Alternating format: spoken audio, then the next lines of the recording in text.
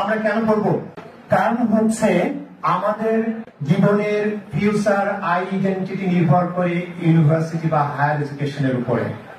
কারণ বিশ্ববিদ্যালয়ে ভর্তি হওয়ার পর কেউ আর কখনো জিজ্ঞেস করে না তোমার এসএসসি তে সিজিপিএ কত ছিল, এইচএসসি তে কত ছিল, কোন স্কুলে পড়ো। সবাই জিজ্ঞাসা করে তুমি কোন ইউনিভার্সিটিতে পড়ো, কোন ডিপার্টমেন্টে পড়ো। তার মানে ফিউচার লাইফের আইডেন্টিটি নির্ভর করে এইটার উপরে। আমি রাসূলুল্লাহ সাল্লাল্লাহু আলাইহি ওয়াসাল্লামের একটা হাদিস আছে, সেখানে বলা হচ্ছে আন্নাসু মাআদিনু কামাআদিনিল যাহাবি ওয়াল ফিদ্দা। মানুষ হচ্ছে স্বর্ণ, রৌপা, মণিমুক্তার খনির মতো।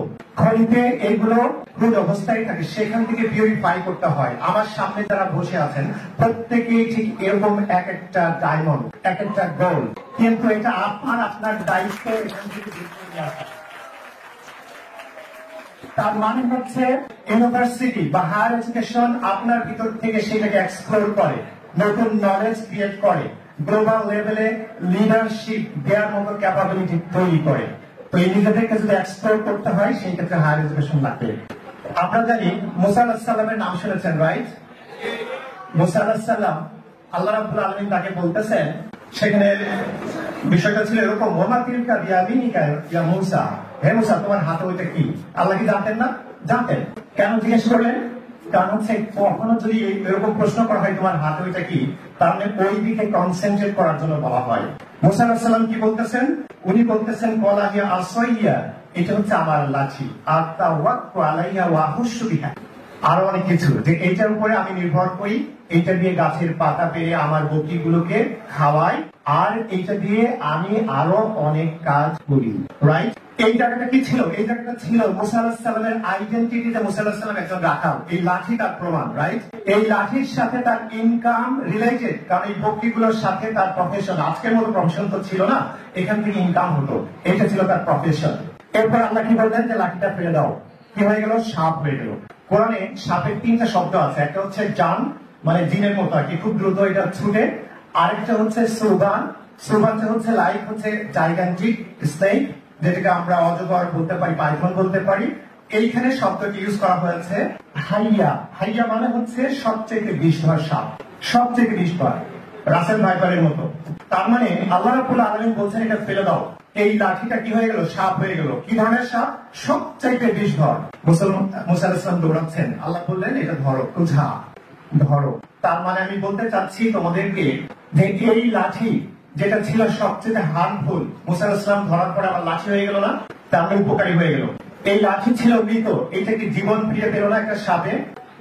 আমার সামনে যারা বসে আছে আমি তাদেরকে বলবো, আল্লাহর উপর তাওয়াক্কুল করে যদি আমরা এটা চেষ্টা করি, অবশ্যই আমাদের পক্ষে এটা হওয়া সম্ভব।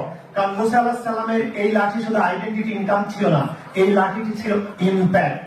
ফেরাউনের দরবারে এই লাঠির কারণেই অসংখ্য জাদুকর ইসলাম গ্রহণ করেছে, এই লাঠির কারণেই নীল নদ পার হয়েছে, এই লাঠির কারণে 12টা ঝর্ণা দ্বারা হয়ে 12টা জাতি মুক্তি পেয়েছে, এই লাঠি দিয়েই ফেরাউন ডুবে মরেছে, এই লাঠি দিয়েই মুসা আলাইহিস সালাম একটা জাতি তৈরি করেছে। এবং এই জন্যই আমি বলতে চাই আমাদের ঠিক এইভাবেই নিজেদেরকে তৈরি করতে হবে, ঠিক আছে? রাজি তো? আমরা কি করতে পারি? তোমাদেরকে বড় হতে হবে, কিন্তু সেই বড় কি লম্বায় না, যোগ্যতায়। সেই যোগ্যতার জন্য আমরা কি করতে পারি, মানব ইউনিভার্সিটি কি করতে পারে, সেটা নিয়ে আমি একটা কথা বলে আমি শেষ করবো।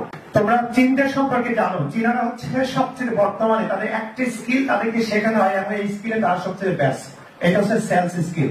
এটা বলতে পারো সেলস স্কিলে এত কি গুরুত্বপূর্ণ। এক সেলস স্কিলে ভালো হতে হলে তোমাকে প্রেজেন্টেশন স্কিলে ভালো হতে হয়, পাবলিক স্পিকিং এ ভালো হতে হয়, তোমাকে মানুষকে কনভিন্স করার ক্ষেত্রে ভালো হতে হয়, তোমাকে কমিউনিকেশনে ভালো হতে হয়, তুমি যদি রিজেক্টেড হও তাহলে সেটা কিভাবে মেনে নিতে হয় এইটাতে ভালো হতে হয়। তাহলে একটা স্কিলকে সারা দুনিয়াকে নিয়ন্ত্রণ করে, রাইট? তোমরা ইসরায়েলের নাম শুনেছো, পৃথিবীতে সবচেয়ে বেশি স্টার্টআপ, সবচেয়ে বেশি এন্টারপ্রেনার, নিউ আইডিয়া তৈরি হয় হচ্ছে ইসরায়েলে। সারা দুনিয়া তারা নিয়ন্ত্রণ করে। আমরা আমাদের ইউনিভার্সিটিতে আমরা এই জায়গাটা চাই, আমাদের স্টুডেন্টদেরকে এই স্কিলগুলো শেখাতে চাই। স্পেশালি আমার ডিপার্টমেন্ট, আমি এটা নিয়ে স্টাডি করেছি, তাদের এডুকেশন সিস্টেম নিয়ে। আমরা চাই একটি স্টুডেন্টের 3টা জায়গা ডেভেলপ করতে। একটা হচ্ছে তার হেড, এটা হচ্ছে জ্ঞানের জায়গা। একটা হচ্ছে তার হার্ট, এটা হচ্ছে এথিক্স, মোরালিটি, লাভ, অ্যাফেকশন, ইমান, সবকিছুর জায়গা। আরেকটা হচ্ছে তার হ্যান্ড, সেটি স্কিলের জায়গা। এই স্কিল, এই 3টা 3H, হেড, হ্যান্ড এবং হার্ট, এই তিনটা আমরা ডেভেলপ করতে চাই। এবং আমরা চাই আমাদের এখানে একটি স্টুডেন্ট ভর্তি হয়ে শুধু লার্নিং হবে না, এর সাথে আর্নিং হবে, এর সাথে সে লিড দিবে। কারণ হচ্ছে ইউনিভার্সিটিতে বাবা মায়ের কাছ থেকে টাকা নিয়ে পড়ার দিন শেষ হয়ে যাচ্ছে, এখন লার্নিং এর সাথে আর্নিং একটার সাথে আরেকটা ইন্টাররিলেটেড। এইটার জন্য যদি স্কিল গুলো থাকে, সেই স্কিল গুলো দিয়ে আমরা পার্ট টাইম অনেক কিছু করতে পারবো, সেইটা দিয়ে আমার এডুকেশন, হায়ার এডুকেশন সবকিছু সম্ভব। সেই জায়গাটা এক্সপ্লোর করার জন্য যা কিছু করার আমরা আমাদের ভাইস চ্যান্সেলর স্যারের নেতৃত্বে আমরা সেই দিকে এগিয়ে যাচ্ছি। আমি আরেকটা কথা বলি সবসময়, যে আমরা স্বাধীন, আমাদেরকে কেউ বাধ্য করে না, বা আমাদের সক্ষমতা তৈরি করতে হবে। সক্ষমতা হচ্ছে কিছু করার, কিছু হওয়ার, আর এই সক্ষমতার জন্য সবচেয়ে বেশি লাগে নলেজ আর বেশি লাগে স্কিল। এই স্কিল নলেজে যারা যত বেশি উপরে তত বেশি ইনফ্লুয়েন্সিয়াল আমাদের সোসাইটিতে। আর এই ইনফ্লুয়েন্সিয়াল লোকগুলো নৈতিক হয় না, এই জন্য এডুকেটেড পিপুলরা সবচেয়ে করাপ্টেড। এই জন্য দুনিয়াতে শুধু ইনফ্লুয়েন্সিয়াল হলে হবে না, এর সাথে লাগবে স্পিরিচুয়ালিটি, যার জন্য নৈতিকতা লাগবে। তাহলে এটা হবে স্পিরিচুয়াল। ইনফ্লুয়েন্সিয়াল মানুষ স্পিরিচুয়াল হয় না, স্পিরিচুয়াল মানুষ ইনফ্লুয়েন্সিয়াল হয় না। আমরা চেষ্টা করছি আমাদের এখানে যাতে একই মানুষ ইনফ্লুয়েন্সিয়াল হওয়ার পাশাপাশি সে স্পিরিচুয়াল হতে পারে, বা স্পিরিচুয়াল মানুষ ইনফ্লুয়েন্সিয়াল হতে পারে। সর্বশেষ আমি তোমাদেরকে দু একটা নসিহত করবো, শুধু দুইটা।